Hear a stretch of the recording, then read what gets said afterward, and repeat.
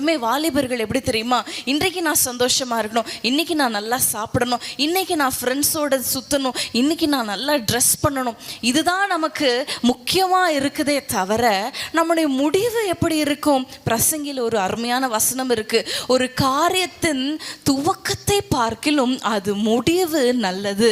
ஒரு முடிவு ரொம்ப முக்கியமாக இருக்கணும். உங்களுடைய வாழ்க்கை இன்னைக்கு கொஞ்சம் யோசித்து பாருங்களேன். 10 வருஷம் கழிச்சு நீங்கள் ஒரு இமேஜினேஷனுக்குள்ளே இப்போ போங்க. 10 வருஷம் கழிச்சு உங்கள் வாழ்க்கை இன்னைக்கு எப்படி இருக்கும், எப்படி இருக்கும்? இந்த நிலையிலேயே நீங்கள் இப்போ இருக்கிற வாழ்க்கை முறையிலேயே நீங்கள் கண்டினியூ பண்ணிங்கன்னா 10 வருஷம் கழிச்சு உங்கள் கையில் என்ன இருக்கும்? 10 வருஷம் கழிச்சு நீங்கள் இன்றைக்கு போட்டிருந்த உடையையோ, இன்றைக்கு நீங்கள் வைத்திருந்த மொபைலையோ, இன்னைக்கு நீங்கள் போட்டிருக்கிற வாட்சையோ யாருக்குமே ஞாபகம் இருக்காது.